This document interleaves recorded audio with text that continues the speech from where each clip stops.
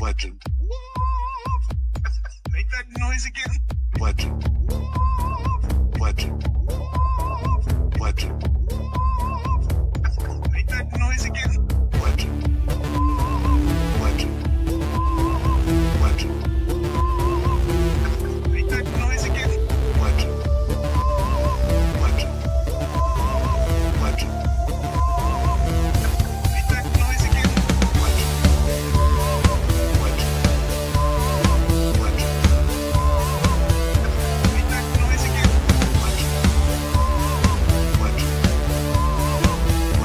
Make that noise again. Legend. Legend. Legend. Make that noise again. Legend. Legend. Legend. I don't see that thinking that we'll be able to do it.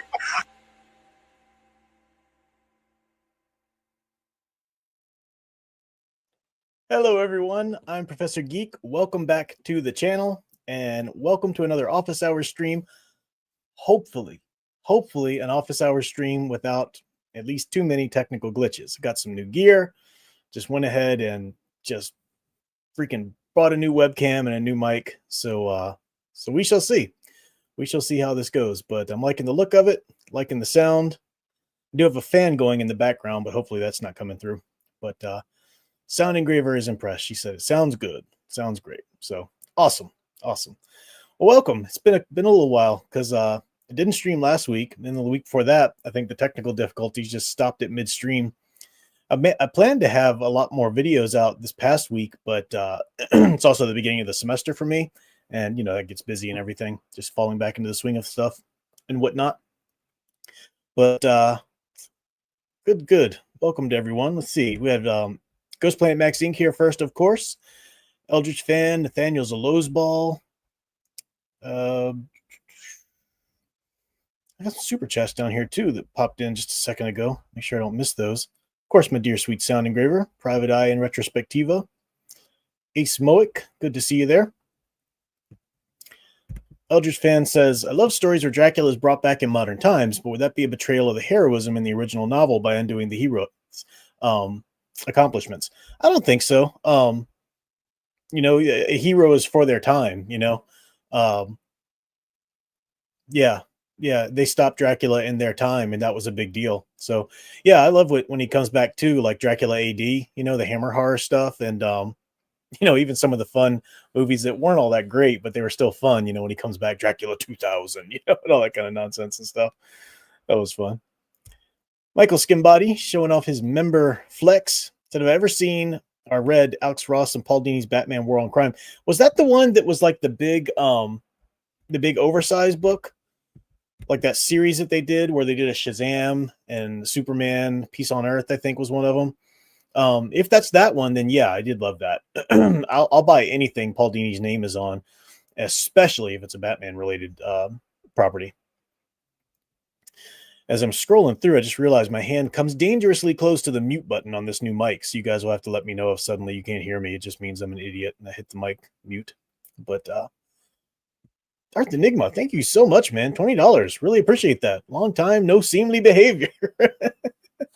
Yeah, Al's never around when I play those. He's usually around to say hi or whatever, but as soon as I play one of his videos, he's never here. So.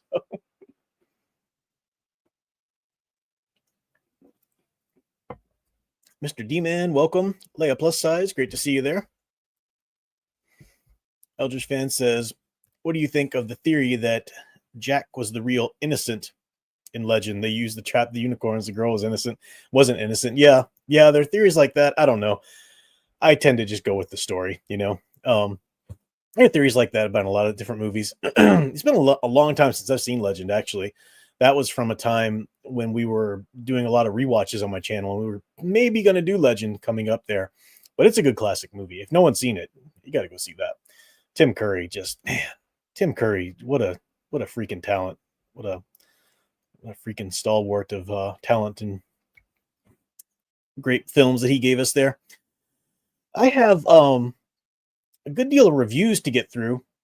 Some more involved in others. Some I'm just sort of, talking about some things in. But before that, I did want to talk about, and very briefly, I just have a couple of words to say about these two things.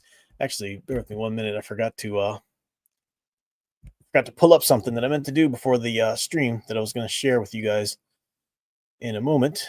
Let's see. There we go. YouTube's being dumb. Nope. Don't start playing that. Go away. All right. Let's see here. Let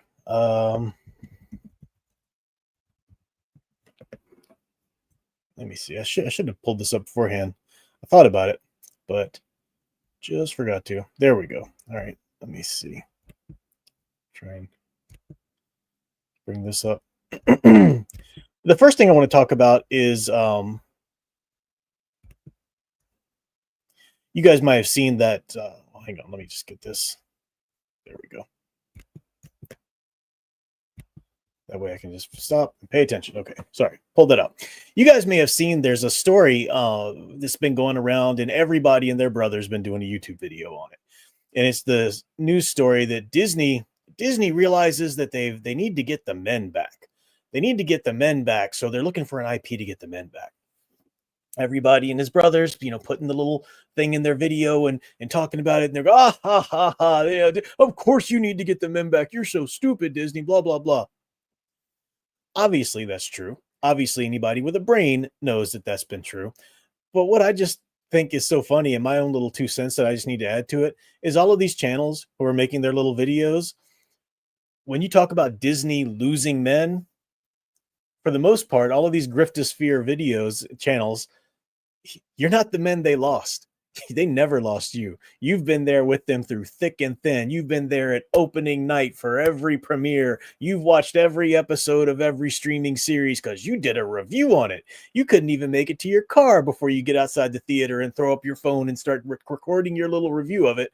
So they never lost you. You're not one of the men they've lost. So what are you laughing about? You've been tucked inside their little purse forever. It's just, I hate these channels that give nothing but publicity and attention, lavish attention to Disney. But we say critical, mean things about it on our YouTube channel. No one cares. No one cares. You're just part of the beast. You're part of the machine. And now you're going to laugh because Disney's trying to, they lost men. Not you. They certainly didn't lose you. That's for sure. So that just pisses me off. I just had to say that.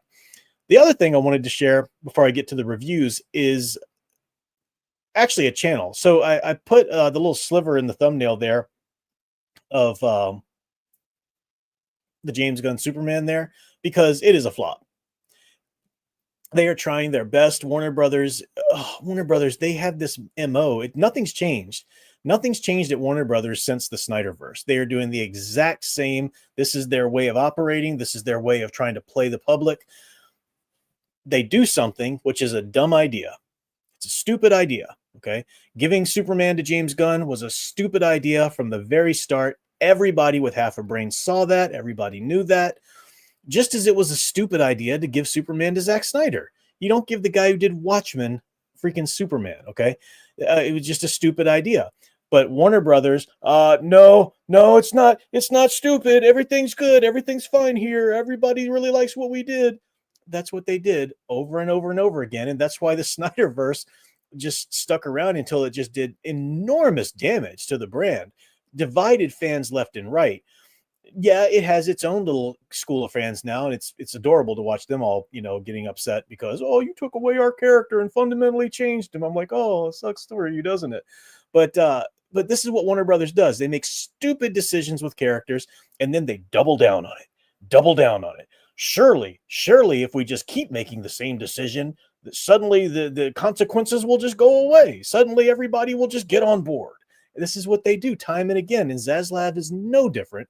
All these idiots making these videos about Zaslav's changing things up, guys. We're cautiously optimistic about his decisions. No, he's not. He's the same old, same old. He's just like Hamas. He's just like all the idiots who've ever run Warner Brothers. They don't know what they're doing. They don't know the properties they have. They don't know the appeal that they have. They have no freaking clue. They just throw crap at the wall and hope something sticks. And if it doesn't stick, they'll just try to pretend it did. And so that's what they're doing with the Gunverse now. And you see it in the way they're trying to spin this Superman thing to death. The Superman should have made 800 million at the box office by now. It should have been huge, and it hasn't.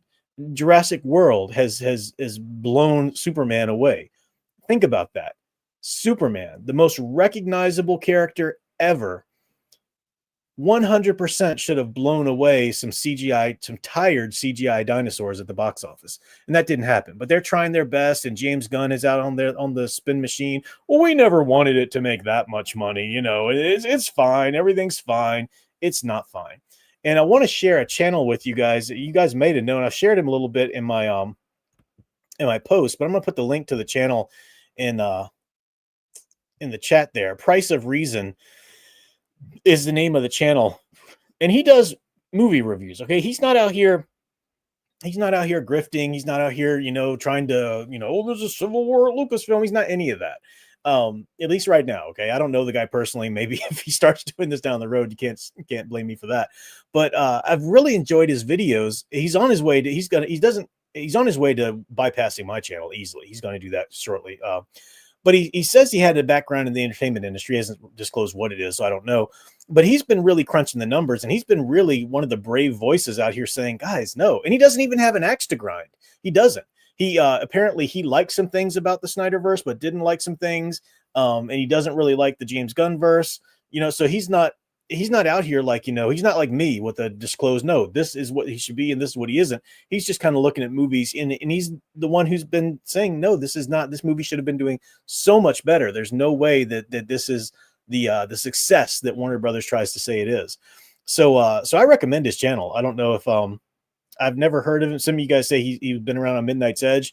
I don't know about that. I just found his channel and was like, this channel's pretty sweet. So like I said, he's on his way up. He'll bypass me shortly, but any little boost I can give him on the way there, I just wanted to do that because he's got some great videos. He's good and he's brave, and people are, of course, the James Gunn bros are funny. This, and I'm saying this about, I'm speaking in general. I'm speaking about the fans of these movies who can't handle anybody saying anything bad about their movie, right? So I used to call them the Zack Snyder bros, right?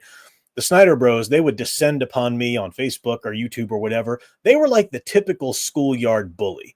Like they were like the thug who's, daddy abandoned him and is already hooked on cigarettes in the 5th grade. They were just like schoolyard stereotypical, thug, bully is what the Snyder bros were. The James Gunn bros, they remind me of like the funny kid, but he doesn't have any strength. Like he can't beat you up, but he's the one that just mocks you and tries to like start rumors about you and all this stuff. And he's the one that the James Gunn bros are the one that slide into the comments and they're all like, what are you even talking about? This movie's amazing. It's doing so well at the box office. That's those guys. And they don't even have the physical threat that some of the Snyder bros, would front with or anything, but they're out there and they're still trying to shut anybody down that dares say anything about this movie, which always comes from insecurity. As I've said, if you are that insecure where you have to go combat people who are on their own platforms, expressing their own opinions and saying their own, thoughts about this movie or whatever, when you feel so insecure about it, you have to go shut that down. That's because that the film or the franchise you love is in a very precarious state. That movie isn't amazing, and a lot of people, it's divided people, and there's a chance it could go away. That's what the Snyder bros knew deep down, and it proved true. And that's what the Gunn bros are feeling too. And the Gunverse its days are numbered. Because of Warner Brothers, the way they go, they will double down. They'll make 3-4 more movies, but you'll see the box office just trickle. That's what's going to happen. Maybe there'll be a little blip when they get into Batman or something like that. But this will be over, and eventually they'll either just sell the property, which they should do because they don't know what they're doing with it. They've never have, or they'll just reboot again. It's adorable to watch Warner Brothers pretend that they have a plan or know anything about what they're creating. It's pretty ridiculous. Anyway, I do wish that they would just stop doing superhero movies. Superhero movies don't have to be dead. There's no such thing as superhero fatigue. They're such, at least they were such an iconic seminal part of our culture.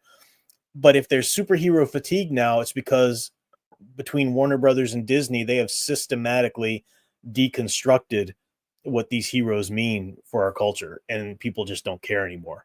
And it's because they just mishandled them. They've just mishandled them completely. And it's I'll never understand people who still try to say that Fantastic Four was a really good movie. It's like so many people that should know better for whatever reason. I think a lot of people who aren't in the griftosphere are just tired of having to stand out and point out the problems with things. And they just fall into this trap where I just want to enjoy stuff. Well, you can enjoy stuff if you want, but don't come out here and try and insult my intelligence by trying to tell me that, no, it really is good. Come on. Oh, stop being so critical. It really is good. No, it's not. It's not the proper approach to the characters at all. You can stop thinking critically if you want to, but that doesn't mean you get to just make sure that everybody around you does as well. Anyway, that's my thoughts on that. Imaginative Hobbyist, thank you for the super. Oh, I got another super chat before that. I'll come back and get you Studio Super in a second. You say, based on Cornsweat's audition plus the video of him disagreeing with Gunn, it looks like the case for the actor knowing the character more than the director. Yeah, apparently they did a documentary. Go watch the Price of Reasons videos, and you'll see what I mean. But they did a documentary that they were going to release in conjunction, I think, with putting Superman on streaming or whatever as part of like the promotion. But there's a scene in it where Cornsweat's telling James Gunn, no, I don't think the character would do that. And a lot of people are pointing out, look, see, James Gunn doesn't get the character. And immediately they took the documentary down. They took it off YouTube so no one could see that. No, that's bad press. No one see that. James Gunn is all knowing. He's the one that's going to take us into the future. No, absolutely absurd. Studio Super, before that, you had a super chat. You said, we need to get men back. Heh, sure, I'll believe it when I see it. Also, with Superman, me too, Warner Brothers. How many times do we have to teach you this lesson, old man? Warner Brothers is, I won't go through it all again, but I've gone through it before. Stupid decision after stupid decision. They can't, anytime Warner Brothers has made a good film, it's been by accident, The original Superman, the movie, which I still think is one of the greatest films ever made, in just my personal opinion, wasn't Warner Brothers doing. That was just, they happened to get Richard Donner and they happened to get Christopher Reeve, and everybody just sort of fell into the right thing there. So yeah. Got another super chat from Darth Enigma. Thank you so much again. He said, you can't have an opinion different from mine. I won't allow it. I won't. Yeah. And look, I don't enjoy listening to people who disagree with me. So I don't. I mean, unless it's like a something I'm researching and I want to hear a different side of it, just to make sure I'm checking my own thoughts or whatever. But yeah, the internet abounds with people from all different types of opinions. And if you stumble across somebody saying something you don't agree with, and that just, your fifis are all up in a rumble, and you've got to like go in and that just says more about you than it does about, any opinion you're disagreeing with. Studio Super for $9.99 says, superhero fatigue ain't a thing. What's happening to superhero genre is happening to all films across the board. If the popularity is failing when things are good, then I'll listen to the claims. It's James Gunn, before this crap show of a movie came out, he was saying the right things. Well, he wasn't saying the right things about Superman. He betrayed his total lack of understanding about the character. But he did say that, I don't think there's Superman fatigue. I think there's fatigue about bad films, and that's true. But that's what Warner Brothers does. They realize they've made a mistake, so they sort of get something right, but not really completely. And they double down on it, double down. And they're really, really precarious situation, because this Superman movie has really divided fans big time. Even the fans that were so excited to give a lighter touch approach after they're so tired of the Snyderverse, they divided those fans. They just can't help themselves. And they divided it with this stupid take on Superman about the whole, Kryptonian and everything.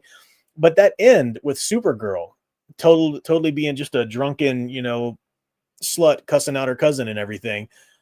They doubled down on that to the point where that's the next movie that's happening. I think it's already being made. I mean, they can't get around that. It's kind of like like Justice League coming on the heels of Batman v Superman deal. So you guarantee they're going to try to put their fingers into the Supergirl movie as much as they can and try to temper things a little bit. And we're going to end up with the hodgepodge mess that the Justice League was with that. So yeah, it's going to be, yeah. I mean, I'm at the point now where like, I don't want them to get it right. I just want everybody to stop. Just stop. Just give it 10 years. Let the character hit public domain. It's okay, Hollywood. We know you are incapable of doing it. We'll show you how it's done. We will show you how it's done. Anyway. The first one review I have that I just want to kind of get out of the way is not get out of the way. I really enjoyed it. But I've been, even though it's late August, I'm already in spooky season. I'm watching my monster movies and everything. And I was reading one book, though, that I wasn't quite finished with, and it was the next Wraith Squadron book. I reviewed Star Wars, the X-Wing books, and I reviewed Wraith Squadron because I got up to that one, and I really liked it. It was a real step up for me from the X-Wing or the Rogue Squadron books, because there was good things in them. I liked a lot of things about them, but they were it's a slog, man. I hate Corran Horn. He's annoying. But the Wraith Squadron books just really picked it up. That first Wraith Squadron book was like, wow, that's really cool. And so I was wondering, all right, is the second one, and I started reading it. I don't know when I started reading it. It was this summer, and I was still kind of halfway through it. So I really just kind of plowed through it. And I was almost thinking, not because it was boring, but because I was ready to read some more Halloween oriented stuff or monster stuff, And I was thinking maybe I should just kind of put a pin in this. And I don't normally like doing that, like pausing my reading of a book and coming back to it. But I was contemplating it a little bit, but then I just kept reading, and it's so freaking good. Iron Fist is the name of the second Wraith Squadron book. And it is really solid. When you're reading one of the X-Wing books, characters that you love, there's no guarantee they're going to stick around. It's X-Wing battles, people are going to die. And so, yeah, it had my gut wrenched a couple of times, but it had me laughing. It had me, just like the first Wraith Squadron book. I told you about how the first Wraith Squadron book had this deception that they were doing, right? Wedge Antilles starts this squadron called the Wraith Squadron. They're kind of infiltrators first. They're like, on the ground fighters, infiltrators, Marines, sort of, whatever, I guess maybe you call them. That's what their first line of talent is. But then secondarily, they're also X-Wing pilots. So he's got a squadron like that to kind of go hand in hand with Rogue Squadron, which is the opposite. And there was a deception in the first Wraith Squadron book where they're trying to deceive Warlord Jinja. And you kept waiting, or one of his lieutenants anyway, and you kept waiting for what's usually done in one of those stories. Usually it's so commonly done in a story where the good guys are pretending to be bad guys as sort of a deception to the villain. At some point, the villain says, I knew you were playing me all along, which is why I've set this trap for you and this and this. I really, really hate that setup. It's very, very rarely ever done well. And even when it's done well, I don't like it. I love the first Ant-Man movie, but I hate that aspect of the Ant-Man movie. I hate it. Don't put us all in on this one mission and everything, and we're pulling for them and everything, and then you just have it all fall apart. But then by some stroke of luck at the end, it's like, oh, but the good guys won anyway, so everything's fine now. No, I hate that. And I kept sort of like clenching because I was like, oh, I know they're going to do that at the end of this book, the first Wraith Squadron book, but it didn't. So I was like, oh, that's really great. This second book, Iron Fist, it also has some deception in it. Not the same kind of deception, but they're also still trying to like play the Warlord Jinja to get, into his employ in a certain degree, and all these kinds of things. And I kept waiting for them to do it now. I was like, all right, well, I avoided that stupid move in the first book. Are you going to pull it in the second one? And they still didn't. There's a really cool arc that began with one character in this book who was an undercover agent for the Empire. And she's undercover with the Wraith Squadron there. And she starts to just like appreciate the fact that people trust her, that the environment, that she's actually got comrades, and she actually just wants to stay in her undercover persona there. And that's just sort of an arc that's begun in this book. I don't know where it's going. That'll be in future books, so we'll see. But I just wanted to say a good word about Iron Fist, Wraith Squadron, because I really did enjoy it. I'm hoping that they stay of that caliber. I mean, I've still got quite a few X-Wing books to go, so so I'm sure they'll dip here and there. And again, not that the Rogue Squadron books were bad; they weren't. I just didn't care about some of the characters as much as the book was really trying to make me care about these characters. Corin Horn and the love interest that they gave him. She was just a brat. I couldn't stand her. Uh, didn't really like that. So anyway, that's my Wraith Squadron, review or just thoughts on it. It's not really an in-depth review, but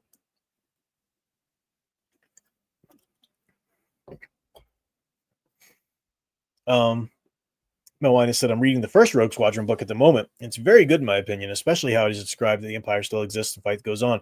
Yeah, I love the setup. And I can't remember. I read it's like 4 books that deal with the Rogue Squadron at first.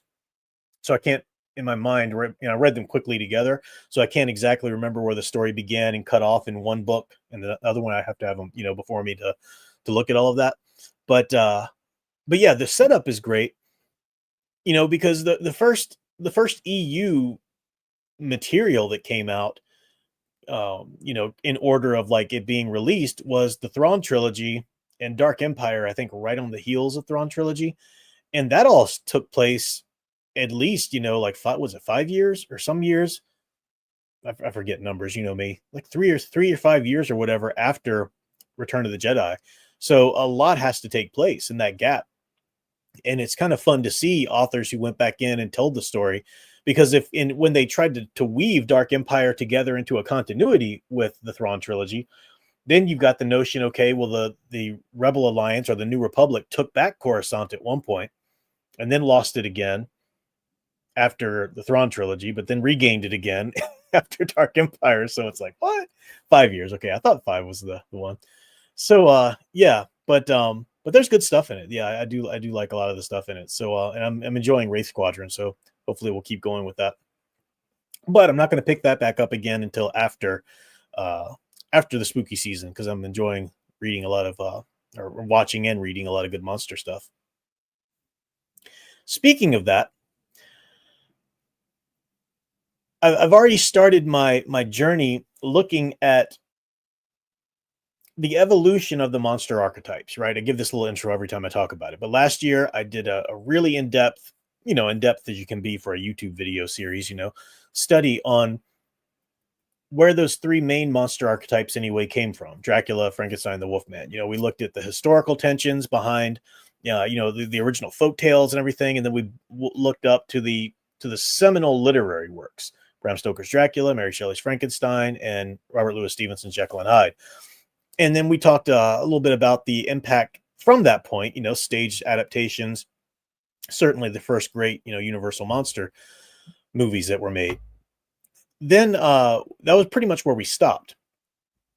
So for this year, I'm trying to go through and look at the evolution of those archetypes in popular culture since they first hit the silver screen, since those first classic, amazing, Universal monster movies, or, even the other companies, because Jekyll and Hyde wasn't a Universal monster movie, but that came out certainly and pushed us towards, the idea of Lon Chaney's Wolfman eventually. First Henry Hull's Werewolf in London, and then Lon Chaney's Wolfman.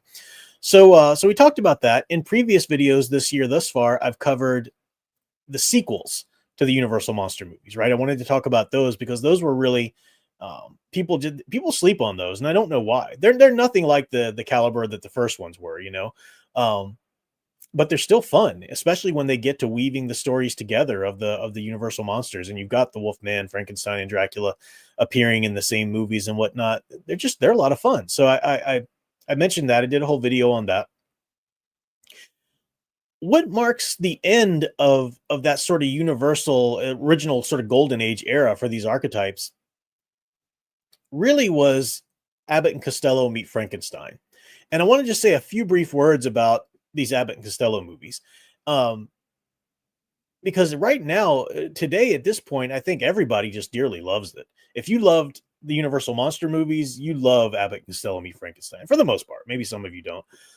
It was really the first and most just the classic, like the seminal horror comedy. Like, that's how you do it. It was really great. And just like the Universal monster movies like Dracula and Frankenstein, they saved Universal from going bankrupt that first time. Remember, Universal was in financial trouble. We were talking, especially after the Lon Chaney Sr. movies and everything. And The Depression had hit, and they were really in trouble. And those monster movies really saved them. A big deal. It was a big deal. Well, by the time that the 40s have ebbed on, we're into the late 40s at this point. Universal became Universal International Pictures, and they ended up maybe having to go bankrupt again. They were in trouble again. This is post-war World II. That's just been wrapping up now, and so they were in some trouble again. And then this movie called Abbott and Costello Meet Frankenstein just rocked the world. It was wildly popular, and it's so important for a number of reasons. From the monster standpoint, it's incredibly important because it was the second and last time that Bela Lugosi would play the named character Dracula. And it was the last time you had a proper team up of these classic Universal monsters. Bela Lugosi as Dracula, Glenn Strange reprising the role of Frankenstein's monster, and Lon Chaney Jr. in his last film role as the Wolfman. There was a television, it was like a variety show, like a television show segment. I think it happened in the 60s, I think. Believe it or not, Boris Karloff actually put the Frankenstein makeup on, and Lon Chaney Jr. put the Wolfman makeup back on. It was for this little like television show segment or something. I forgot the name of it. I've got it written down somewhere. I'm still trying to hunt it down. But that was technically the last time, those guys ever put the makeup on or whatever. But this was the last film.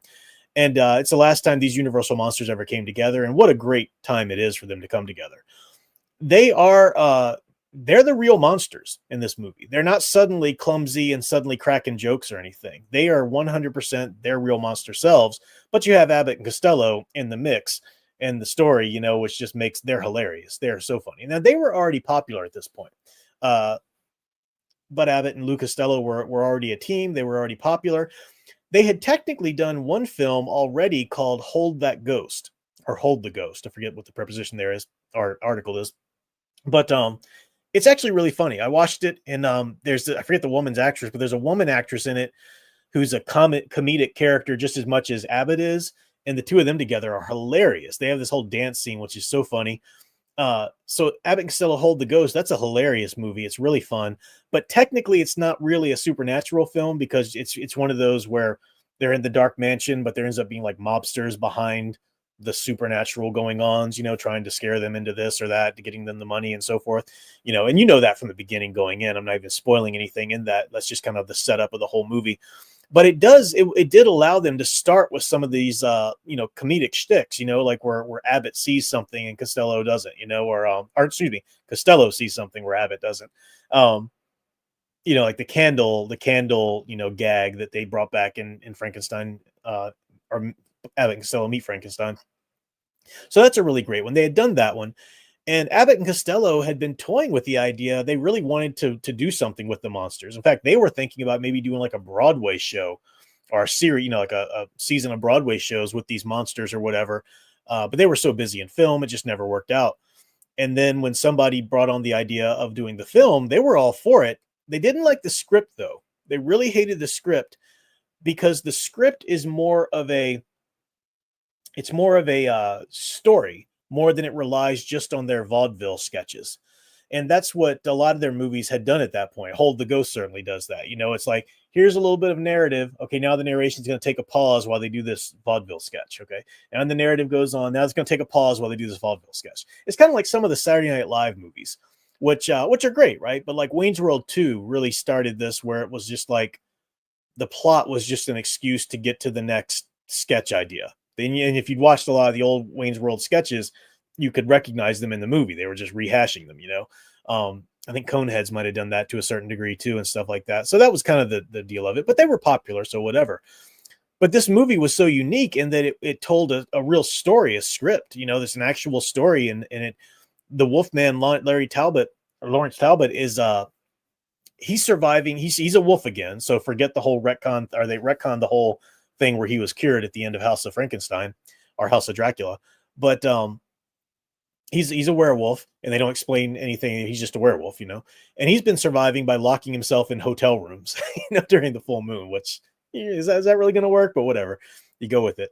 But he's been kind of on the trail of Dracula. He's found out that Dracula has plans to revive Frankenstein's monster. So he's on the trail of Dracula, sort of a vampire hunter, right? Because he knows the evil that Frankenstein's monster can create. He knows the evil that Dracula can create. So he's on, he's following them, and they ends up following them to the United States. I think is it Louisiana? It's somewhere down south, or Florida or something like that, because they have the outdoor and it's kind of that swampy with the Spanish moss and stuff in the trees and whatnot. So and then Abbott and Costello are these workers that are receiving, like package receiving place, who are responsible for unpacking the monsters in their crates, and it just really solid story. Jane Randolph is in it. She does a great job. It's really hilarious, and the movie really did kick off a whole little subgenre of these horror comedies with Abbott and Costello. The very next one, they had offered Boris Karloff the role of coming back as Frankenstein's monster, and Abbott and Costello meet Frankenstein. He didn't want to do it. There's speculation that maybe he thought they were going to like make the monster more of a joke, and they didn't. The monster is the monster that he's always been, at least in the last few movies. They didn't make him a joke, but he didn't want to do it. He marketed it for it a little bit, but after this movie came out and it was such a wild success, Boris Karloff was in the next one. They did Abbott and Costello Meet the Killer, which didn't do quite as well because it doesn't have a big named monster. It had Boris Karloff, and he's more of like this sorcerer magician, like Eastern style magician or whatever. I haven't seen that one myself, but the clips of it look pretty interesting. Eventually, they moved on to do Abbott and Costello Meet the Invisible Man, Abbott and Costello Meet Jekyll and Hyde. That's the other one that I really like. I like them all, but Abbott and Costello Meet Jekyll and Hyde, that's Boris Karloff as well. And you have Boris Karloff playing Dr. Jekyll and Mr. Hyde. And it's a unique take on it because even Dr. Jekyll, he's already pretty vicious and mean and evil. He just lets Mr. Hyde do all of the actual evil. He plans it and then lets Mr. Hyde go kill this person or whatever. But Boris Karloff is great in the role. And that's another one where it follows more of a story than it does the actual, vaudeville shtick, sketches and whatnot. So that was great. And I think the last one they did was Abbott and Costello Meet the Mummy. I think that was the last one that they did. Let's see, Al shouldn't know. Al pop in for the trivia. Cheney Jr. and Karloff donned the makeup on Route 66. That was the name of the show I was talking about. Yeah. There's a TV show. It's kind of like a sketch comedy or a variety show or something like that. But I'm sure it's online somewhere. I just haven't hunted it down yet, the clip of them. There was another actor playing like an alien monster. So it was like the monsters are in the building or something like that. Open up my standby soda. The thing about these horror comedy movies is it does mark an important stage in our look at the evolution of these monster archetypes. Because at this point, you're talking late 40s. Okay, Dracula came out in 1930 or 31. I forget, I think 31. And that's when Frankenstein, Dracula, Jekyll and Hyde, all the movies came out there. And, Wolfman didn't come out until 41, I think. But this is, I think Abbott and Costello was 48 or something. It was solidly late 40s. So you had a lot of the adults going to see the movie had watched the Universal monster movies as children. So they would want to go back and see these characters, and then they would bring their kids because it's an Abbott and Costello film. So it's a fun movie. It's obviously a movie safe for kids. So they would bring their kid, and kids freaking loved this movie, Abbott and Costello Meet the Frankenstein. And I think it's, kids had always been, there's always an appeal of the Universal monsters to children because it is scary. It was scary to them, but there was also just all of that pathos. And you can really kind of break it down, even the three main archetypal monsters we've talked about. I mean, Dracula definitely has a kind of sexual awakening appeal. You can imagine children pre-puberty or close to it, and there's an appeal there. You can get that with the biting of the neck. We've gone into that more deeply in last year's videos. Frankenstein and Wolfman to a certain extent. Think about the Wolfman, his body is changing, right? You go through puberty, your body's changing. And Frankenstein is a misfit. He's misunderstood. People don't understand him. He's the monster anyway. He's also got body parts that aren't even his own, and it's there's a great song, one of the classic Alice Cooper songs I love from the 80s called Teenage Frankenstein. And it's a great song. Anytime Alice Cooper does a song about Frankenstein, it's going to be a hit. It's great. You know, Feed My Frankenstein, Teenage Frankenstein. He had one called White Light Frankenstein, I think, on his last album. But anyway, Teenage Frankenstein, the lyrics go, I'm a teenage Frankenstein. These ain't my arms and these legs ain't mine. And it's on the one hand, you can read it as sort of a literal narrative of sort of a teenage monster movie, like I was a teenage Frankenstein. But on the other hand, too, it's like I remember once you start growing up and a lot of especially boys will get a little clumsy around puberty, like when their body starts to develop and suddenly like they'll hit a growth spurt and their joints aren't fully, accounted for, all the extra height or weight or whatever, I mean, people can get a little clumsy and it's like out of these, it's happens, so you can see that appeal a little bit too. I mean, you can go a lot more deeply into it, but there's always been that appeal of children to these universal monster, the classic archetypes. And by the time Frankenstein meets the Wolfman, or excuse me, by the time Abbott and Costello meet Frankenstein happen, it just really solidified that big time. Now, the other thing it did a little bit, and what you'll hear people talk about, not so much anymore, unless it's like in the terms of a history, is that it did make the monsters more of a kiddie kind of thing for a while, not really so much the classic Universal monsters aren't really scary so much anymore. And like, let's go see a proper horror film the way it was in 1931. It was a little more they were for kids stuff kind of thing. Still fun, but they were light. It was kind of they were a silly kind of thing. And that's unfortunate, but it's also temporary and necessary, I think, in the evolution of an archetype. And the example I'll give you is Batman. If you can find, they're older now, but if you can find people who were big Batman comic book fans at the time when Adam West's Batman came out on TV, they usually do not like that series at all. Like, go look up Michael Uslan, the guy who kind of saved Batman for the film. I'm so mad they're making fun of my hero. They just made him a big joke and And yeah, I can see that. I can see being upset about that if that's where you were at the time. In hindsight now, though, we know that Batman 66 wasn't so much trying to poke fun at the character. It was just trying to be a theater of the absurd, which is a legit genre.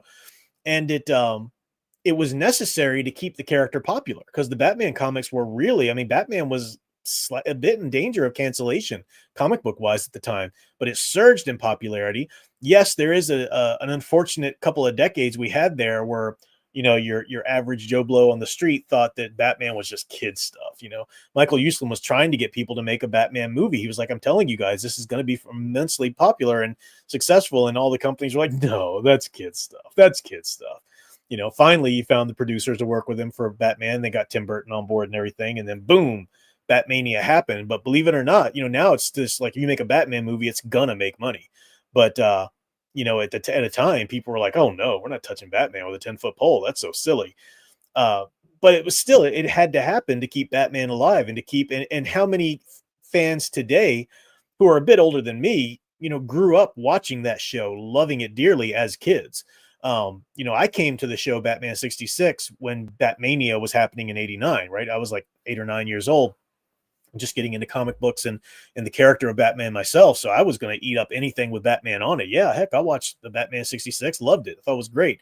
And in my mind, it was never like at odds with Batman 89, right? They were just two different versions of the same thing. I was okay with the different genres, but that's just an example. So that did happen somewhat to the Universal monsters where, Dracula was, because Bela Lugosi really, as per the director's orders, I'm sure it's a comedy film. He had to really over exaggerate his mannerisms. So in this movie is where you see him hold his cape up over his nose. And it's a movement that he has to do because then Costello, does that too. And it's very funny. He's like, Abbott, or Chick, as he calls him. He's like, oh, what the. And then he also did that double jointed hand thing a lot, as he's trying to hypnotize and so forth. And it was, it's just a great film. It's also the first instance that I can track down. If you guys know of something before this, let me know.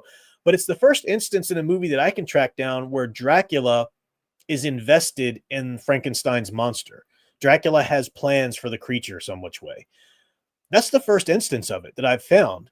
because we've seen it since then. I mean, certainly Monster Squad or a lot of different movies.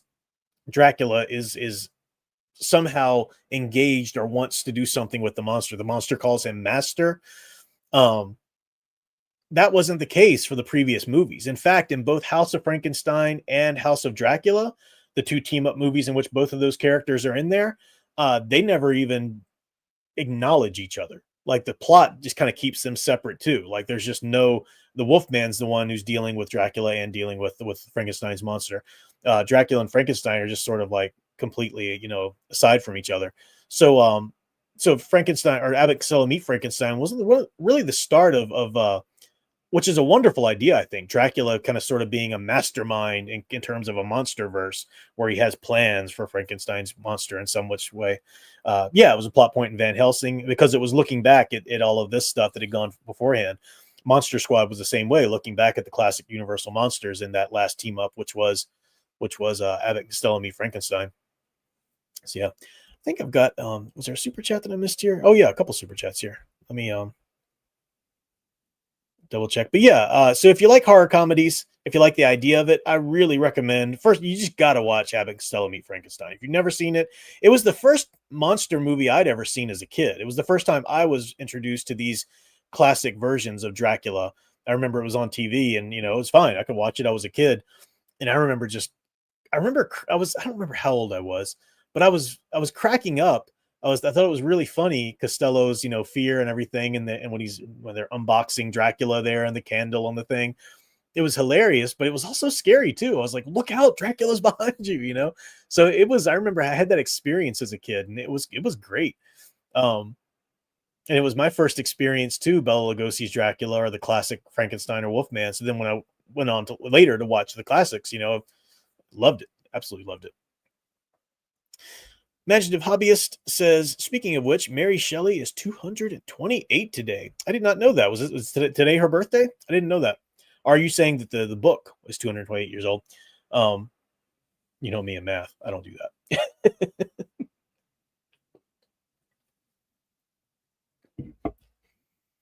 And then Nathaniel's Lowesball for $4.99. Thank you, sir. Said now every iteration of Batman has to, at some point, have the character try to get rid of a bomb. Even Nolan's third film upheld that tradition. I know there's, now we got to the point where everybody just really does look back with affection at the Adam West Batman. But I can understand. I can understand people at the time being kind of mad that, thinking they're making a joke out of my hero. It wasn't the producers. I don't think there was any nefarious intention for them to let's deconstruct this character into a joke. He's so silly, funny comic books. They were just making a theater of the absurd version, but it did have that effect. So I can see people being ticked about it at the time. Oh, it's our birthday today. Thank you, Imaginative Hobbies. Yeah, it's my birthday coming up this week. And I already got Sound Engraver to give me my present here because I wanted to play with it later and be jamming. I got a sweet pedal board for my bass. Got a distortion, compressor, and octave pedal. I am going to be rocking the rafters here later. It's I'm pretty excited to plug that in and get to playing.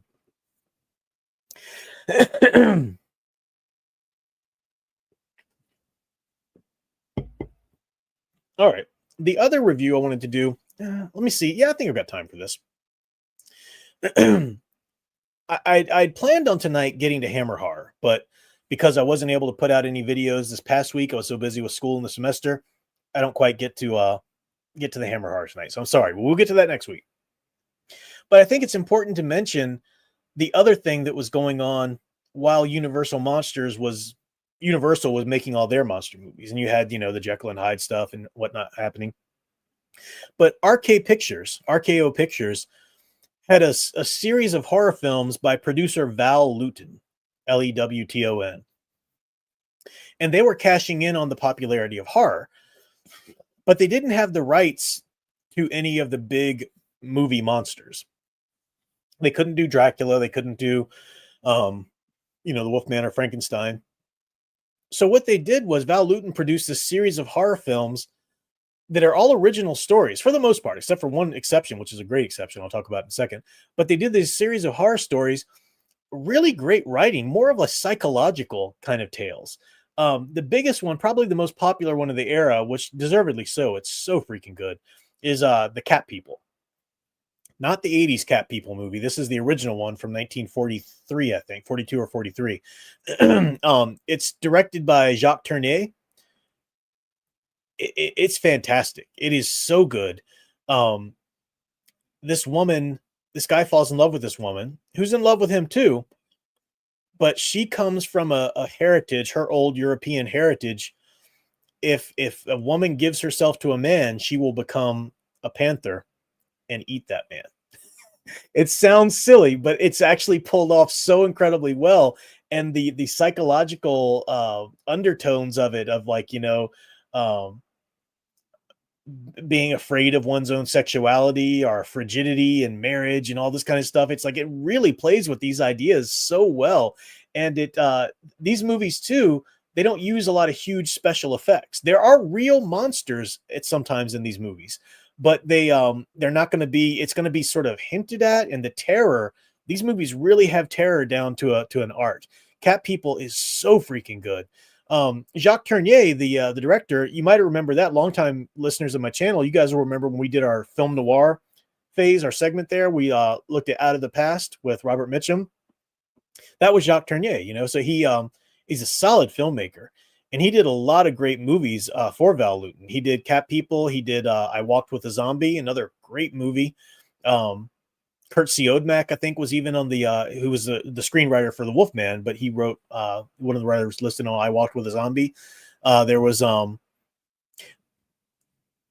gotta warn you against this one. They did a sequel to Cat People, which is horrible. It's called The Curse of the Cat People. So if you're looking up Cat People to watch, don't watch The Curse of the Cat People. They wanted to suddenly do just sort of a fuzzy, warm movie about a child reconnecting with her parents and like the magic of childhood or something. Fine, whatever. Do that movie if you want to, but don't make it a sequel to the horror movie with the same characters. Like the Panther Woman, the villain of the first movie, she's like this benevolent guardian angel character to this child all of a sudden. It's so dumb. It's so stupid in every way. Skip that one. Okay, that was just, they get points for trying something new, but no, absolutely not. Horrible movie. But Cat People, the first, just called Cat People, great. I Walk with a Zombie, another wonderful one. Leopard Man. Leopard Man's another great one, also by Jacques Tourneur. And Leopard Man and Cat People, you're dealing with the shape shifting into like the animalistic nature of us. So it's the same sort of werewolf archetype there. It's just fun to see how, people were playing with that archetype without rights to actually make it Jekyll and Hyde or the Wolfman. So those are really great. The other movie from that era that I'll mention, there's a bunch of them, so they're great. The Ghost Ship, there's a lot of them to watch. But The Body Thief. The Body Thief is one RKO picture, Val Lewton picture there, produced by Val Lewton. The Body Thief is actually directed by Robert Wise, who you guys may recognize. He went on to direct, Star Trek The Motion Picture. He's more known for science fiction stuff today, but he directed this. It's a wonderful movie. It stars Boris Karloff, and it's an adaptation of Robert Louis Stevenson's short story, Tale of the Body Thief. And remember when we were doing the Frankenstein unit, last year, we talked about how that was a real thing. People, medical students stealing bodies from graveyards because they needed bodies to dissect and give, what's the word? I'm blanking on the word right now, but they needed them to study so that they could learn medicine. They could learn medicine better. They didn't have computers or models or anything like we have today. And it was a real taboo. People weren't just donating their bodies to science because, they were scared. Was this going to affect the end state of their soul or something? There was religious questions. Was it even moral or not? So it was a big deal. So you'd have medical students going out and stealing bodies. That's what's happening at the beginning of Frankenstein. Fritz and Dr. Frankenstein are there stealing a body for his experimentation. But Tale of the Body Thief was written by Robert Louis Stevenson, so the same writer as Jekyll and Hyde, and it deals with some of the same themes, like the class difference between classes in Scotland at the time, and the morality of things and whatnot. But Boris Karloff, this is probably one of his career best performances in Body Thief. He is so freaking good. He is a evil villain, but he's so charming. he's so charming. And, he's got that voice anyway, and he's got that smile. And the first time you see him, he's being really sweet to this little girl. And there you just see his charisma ooze, and it's the danger of people who are evil but can be that charismatic, and you can see how they can kind of subtly get people to go along with them. It's such a freaking good movie. I want to talk. Oh, all right. I'm gonna spoil it for a second here. So if you don't want The Body Thief spoiled, and I don't recommend you spoil it. If you haven't seen it, I really recommend you watch it. But if you don't care, if you're gonna watch it anyway, he has this. I'm gonna spoil it here just for a second. He has this this speech that he gives to this doctor. He's been bribing this doctor because he knows that this doctor was in on stealing bodies or whatever. So he bribes the doctor. He goes and fetches the bodies from the graveyard and gives them to this doctor, and he's blackmailing him basically. You must keep paying me for this. You must keep giving me money or doing all these things. And he's just got this doctor under his foot. He's just got him under tow the whole time. And at the end, finally, the doctor's like, I'm done with this. I'm going to get out of this. I don't want to be, I want you out of my life. And Boris Karloff, and he calls him Toddy. And he's like, don't do that. That's not very friendly, Toddy, and this and that. And he comes out, he says, I need you, Toddy. He said, because I'm a poor man. And he's delivering it in his Boris Karloff brilliance of charisma and voice and everything. He says, I'm a poor man, and I've been forced to do a lot of horrible things I never wanted to do. But every time I get to make you do something, every time I get this lowly little cabman, get to make you, this great noble doctor, get to do my will, it's an enormous boost to my pride. It's everything that I need right now in life. And it's his pride. And they get into a tussle, and he's, the doctor's trying to attack him. So Boris Karloff is overpowering him physically, and he's got him strangling. He's like, don't make me kill you, Toddy. My pride still has need of you. Don't make me do this. And it's just so freaking good. It is such a good, from Robert Louis Stevenson's original themes that he put in the story, and then on to what the film develops from that. Jacques Tournier's direction, Robert Wise's great direction. It's phenomenal. Wonderful film. If you're a Boris Karloff fan at all, you've got to watch The Body Thief. Really solid. But I just wanted to spend a few moments talking about those Val Lewton pictures.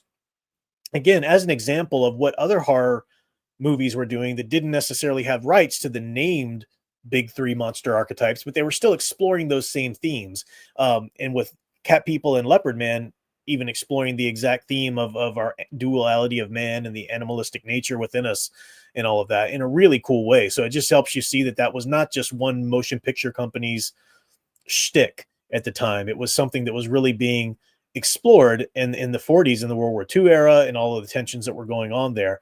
And I think it was important to mention those before we move on to the 50s and the whole sort of reboot we get culturally with the Hammer horror films. So anyway, that's those are my thoughts and my reviews on all of that. Let me see. Yes, Melwinus, I talked extensively about Ken Russell's Gothic film last year. You have to go back and look on my channel, look for Gothic, Frankenstein Gothic or whatever on my channel. You'll find it. Actually, I've got a playlist, a monsters playlist. I need to put my videos from this year on that playlist as well. But yeah, I talked about Gothic and Haunted Summer. And I think there's another movie with Hugh Grant, believe it or not, of all people, that deals with that fated summer in which, Dracula and Frankenstein came out of the Lord Byron and the Shelleys there with others at that castle. But yeah, we talked about that. It's a good movie. Very surreal, but it's good. It's fun. All right. I don't think I've missed any chats. I will remind you that Sound Engraver is doing a stream tomorrow. I think a little bit early, she said, if I caught that out of the corner of my eye in the chat. But I'm having fun with this. I loved doing it last year, the monster movies. I'm doing it again this year. It's not a popular. I mean, those of you who watch the video seem to really enjoy it. I do have a good portion of my subscribers who really enjoy it with me, but they're not super popular in that, I'm not like pulling in the revenue or, getting huge numbers on those videos, because I'm not talking about drama. I'm not talking about the latest, this or that. I'm just talking about some really great movies that existed and whatnot. So I'm going to do it again. I just love it. And that's why I do my channel. I'm not, if I make a few bucks, great, but I'm here just because it's a hobby. It's something I love. So that's why I'm here, and I'll be doing it again here this season. So I'm fully entrenched. I still have some Halloween decorations to put up. I still have to put up my classic monsters back there and whatnot, and I still got to do a few things in the house. But I've already started putting up the decorations. I don't care. I'm not waiting. It's time. It's time. It's here. So all right, that's all I've got for tonight. But I really appreciate you guys hanging out and listening to all of that. Hopefully, you found something of interest that you might want to go check out. Like I said, you can rent all of these movies or even watch them. I watched a couple on the Internet Archive. They've got Leopard Man and I Walk with a Zombie. They might even have Cat People. Internet Archive has a lot of good stuff, especially when it comes to these classic old movies. So I definitely recommend you go check out some of these if you haven't seen them. But Abbott and Costello Meet Frankenstein, such a classic, just fun, just so freaking fun. All right. So that's all. Happy Labor Day, as you guys say. Yeah, poor Sound Engraver's got to work Labor Day, but that's her fault. She wanted to work. She didn't want to tell students that she wasn't going to teach. But yeah, see you guys in September, and I appreciate you guys listening. I'm going to go ahead and wind down now and get ready to crank up this bass and play with these pedals. But you guys keep enjoying and digging deeper into the true blue monster stories you love. Thanks for watching.